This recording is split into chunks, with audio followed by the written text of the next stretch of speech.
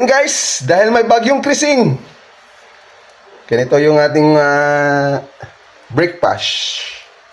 Yan. Waffle time. So, gawa tayo ng waffle time, guys. Gamit lang tong ating Hodrk waffle maker.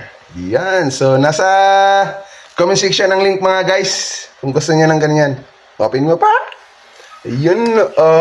Sana all. Woo! Salamat.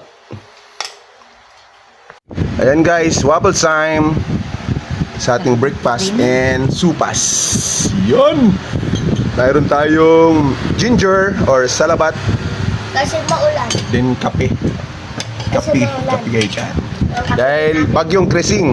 Kape din na ako guys. Opo, yan, si Makatipi rin guys. Makatipi in the house. Salamat bagyong krising at kayo'y dumaan dito sa aming teritoryo. Salamat. Baboy. Baboy. Baboy.